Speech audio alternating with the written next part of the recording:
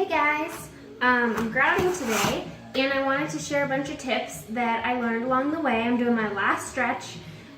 This is done and this is the end. I probably have about, 15 hours in here grouting alone. Like that's before tile. And so there's a lot going on in here. So anyway, here we go. We are grouting and so some things you should know before you start is, do you need unsanded or sanded grout? And this depends on the gaps you're working with, like how far you spaced out your tile.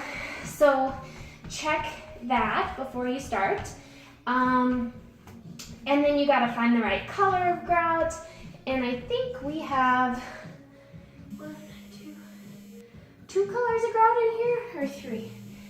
I don't know. So then you're gonna wanna pick your color of grout. The way I did this was my tile guy, who helped us out in some of the spots, advised to try to find the darkest color in your tile and grout with that color.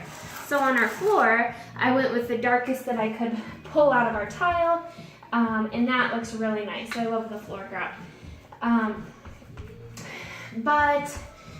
So then you're gonna pick your color tile, and then and the tools you're gonna want are grout float, which is what I'm using now. There's two kinds. There's like a foamy kind, and then this is more of a hard plasticky kind.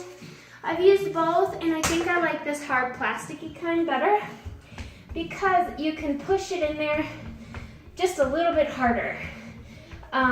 Also, when I went to make these edges on top of I did a line up here, and instead of putting like a piece of metal, or there's different toppers you can do on top of your tile, I just went and grouted along and made a flat line. When I did that, I needed a tougher grout float that could withstand that pressure and still give me a straight line. So that's why I kind of like this one. Okay, so then when you go to mix your grout, you want to make it like a peanut butter or kind of toothpaste consistency. And when you do that, you can use different products. You can just use water, or you can use something that will seal it a little better. And so for us, those products that seal it a little better are pretty expensive.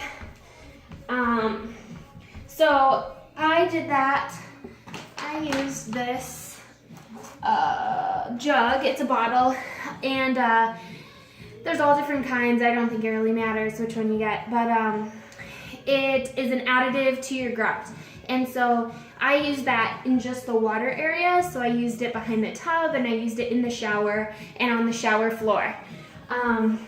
So I would advise doing that, and then everywhere else we're just using water. So like this is just bathroom wall that is behind the tub, kinda, not super close to the tub, but yeah, so we just are using water here, and when you mix it like peanut butter, and then you let it sit for a little bit, and when I let it sit, I come over to my wall, and I make sure that it's ready to go.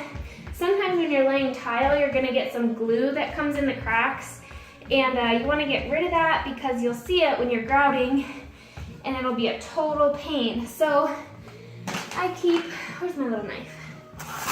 I keep my little flat edge knife around here, and as I go along, I kind of scrape that glue out right before I start in an area.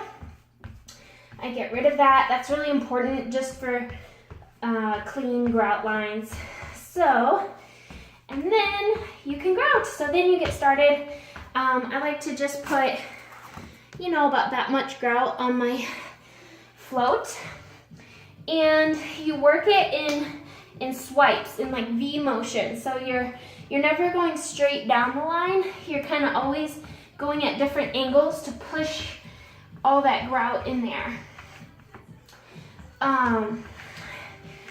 And then you kind of keep wiping it off the tile and reusing what you have on your float until you need more. Yeah, let's see. That's essentially it. This is a very doable process by yourself. You just need to plan for it and know how far you can work in front of yourself before you have to stop and wash. So that's what I'm gonna do next. We're pushing it in there and take a little pause. And this is my water bucket and my sponge. And they have all these sponges and things in their grout aisle, so you will find it there. And you start wiping, and when you wipe, you use circular motions. This is key again, so you don't wipe too much grout out that you just pushed inside all your cracks. And if you're wiping straight down, you're gonna pull too much out. So keep it to circles, and you can always go back and fill in cracks. A little key is if you see bubbles kind of popping through your grout, that means your grout is too watery.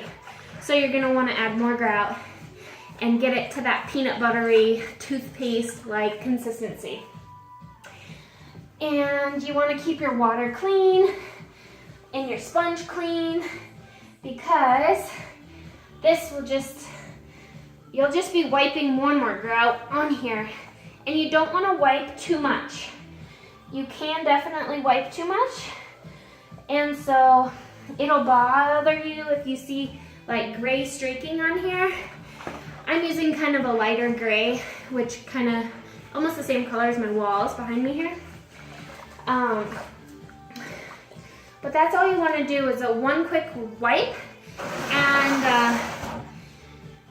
and then be done wiping, because if you continue to wipe, you'll continue to pull your grout out and make it really wet, and it'll lead to cracking and bubbling and things. So just give it one quick wipe, and then later on, when it dries, you'll go over, like, see how I have all this dust on the floor kind of? You'll just take a white cloth, some rags, towels, whatever, and you're just gonna wipe and use a dry towel. And that dry towel is gonna pick up all the dust, and then you'll be clear of dust, and then you can go over again and pick up the last little chunks on here with a wet rag or something quick. But your grout isn't gonna harden completely for at least a week. So this has worked for my favor and against me, because I've been able to come back and kind of fix little spots. If they're too thick, I can kind of wipe. Sometimes I use a little scrub brush or something to get it to what I want, like in the shower floor. That was a really tough one. That I worked hard on that for a while. But in other places it'll harden, and you'll lose too much if you go over it again and again, like I was in some spots in the shower. I was picking too much grout up. So just know that you have some time, but you don't have forever. You can fix grout, and then when you go to seal it, I picked up this spray that, again, a contractor friend told me about and has said how great it is. And so you just spray it on when you're done. And grout, when it's wet, has its darkest coloring. And after you seal it, well, after it dries, it'll be the light color, which is the color that you picked out. But then if you go to spray it, it'll darken up again with the sealant. And then if it were to get wet later, it should not go to that dark color again. So if it's sealed appropriately, it should not darken or change colors. But if it's not, that's your hint to go back and seal it again, because if it's starting to darken when water hits it and change colors, then you need to go and seal it again. So someone told me I should be sealing my grout on a regular basis, probably yearly.